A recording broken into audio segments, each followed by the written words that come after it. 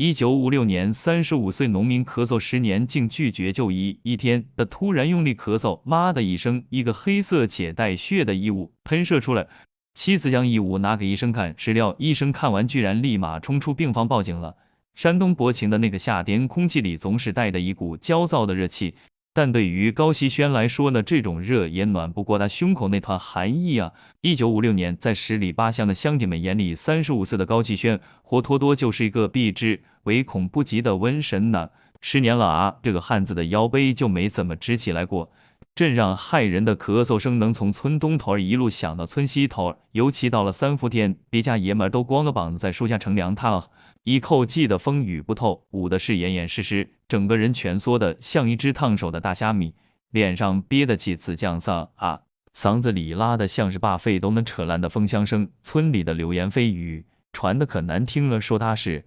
老兵鬼，指不定哪天的就把你传上，连邻居见了他都恨不得贴着墙根走，躲得远远儿。高继轩心里明白大家嫌忌煞，可他就是抿着嘴不吭声，死活不去大医院查。媳妇王桂花的看得眼里急得心头，只觉得自家男人性子倔。直到那个惊心动魄的早晨，那天院子里的高希轩咳得比往常还要猛烈，整个人几乎要跪在地上，突然间红肉这个一阵剧烈的顶撞感，紧接着哇的一声，一团黑乎乎裹着血和这个腐肉的硬疙瘩被他给喷了出来，砸在地上竟然还带着沉闷的弹跳声，那东西就像蚕豆大小，腥臭难闻。王桂花虽然是一个没见过世面的农村妇女，但也觉得这事邪乎到了极点了。她手忙脚乱的把那团烂肉捡进那只用了多年的搪瓷碗里，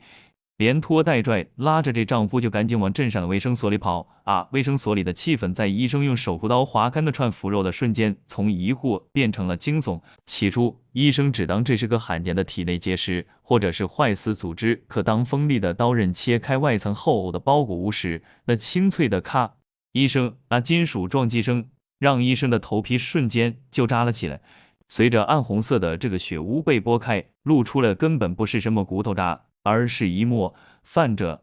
这冷厉黄铜光泽的尖锐物体，只要稍微有点军事常识的人都能认出来，那是一枚日式38式步枪的弹。在那年头儿身上藏着这种动过刀枪的玩意，还没明没蹦的，谁能不慌？医生几乎是下意识的反锁了门，转头就给县的太太摇了电话。他哪里能想到这其实是一场持续了10年的生理折磨呀，脑子里全是他潜伏这类让人紧绷的刺儿。公安和武装部的人来得飞快，把小小的卫生这所都给围的是水泄不通。当荷枪实弹的干警冲进屋内，盯的那个还嘴角带血虚弱不堪的农民时，高吉轩脸上却没有半点惊慌。在这剑拔弩张的时刻，他反倒是像是卸下了千斤重担，只是平静的抹了一把嘴，低声吐出几个字：1946年韩家寨54军。几个简单的刺儿像是一把钥匙，瞬间打开了封存10年的血色档案，将在场所有人的思绪强行拽回了那个炮火连天的鲁南战场。原来眼前这个被村民嫌弃了10年的病秧子根本不是什么老兵鬼，而是当年华东野战军里不要命的爆破手。那是1946年的夏天，高吉轩和战友们在韩家寨阻击国民军王牌54军，仗打得惨烈至极。为了端掉敌人的火力点，身为副班长的高继轩抱着炸药包就往上冲。就在前2个这个堡垒化为灰烬，他冲向第3个的是，但死钻进了他的身体。那时候战地医院就是一个地瓜窑改的，条件简陋的让人绝望。当时的军医在他身上足足取了17罐这个细碎的弹片，唯独这枚该死的38大盖子子弹不偏不倚卡在了肺叶和胃部的致命夹角里。刀也指太刁钻硬取就是一条命换一颗子弹，医生没敢动，只能简单缝合堵。这个硬汉的命大，高启轩确实命大，肠子流出来，等塞回去用腰带勒住，继续打汉子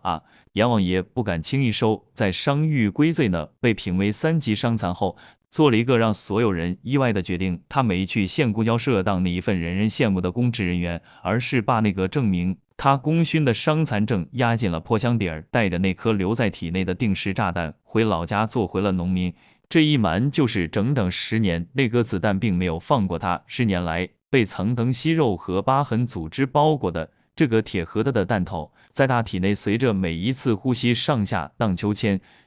一夏天干活或是赶上阴雨天的尖锐的疼感呢，就撕扯的肺也逼着他磕的是昏天黑地。他不愿让人看他那满是伤疤的头，不愿给国家添麻烦，硬是靠的那股子山东兵的倔劲儿，把着要命的痛苦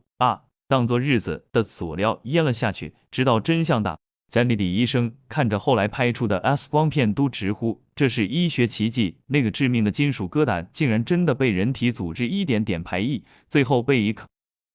看得香脸翻出来的旧军装和褪色的军工装儿，王桂花此时才捂着嘴哭成泪人儿。面对迟来的抚恤金和早已被工作安排，这位新晋名人依然摆手给拒绝了。在提到当年那一仗时，这个从不多言的老兵眼里才有了一丝波澜。他说韩家爱倒下了27个兄弟，比起他们自己只不过是嗓子里卡了一块铁罢了。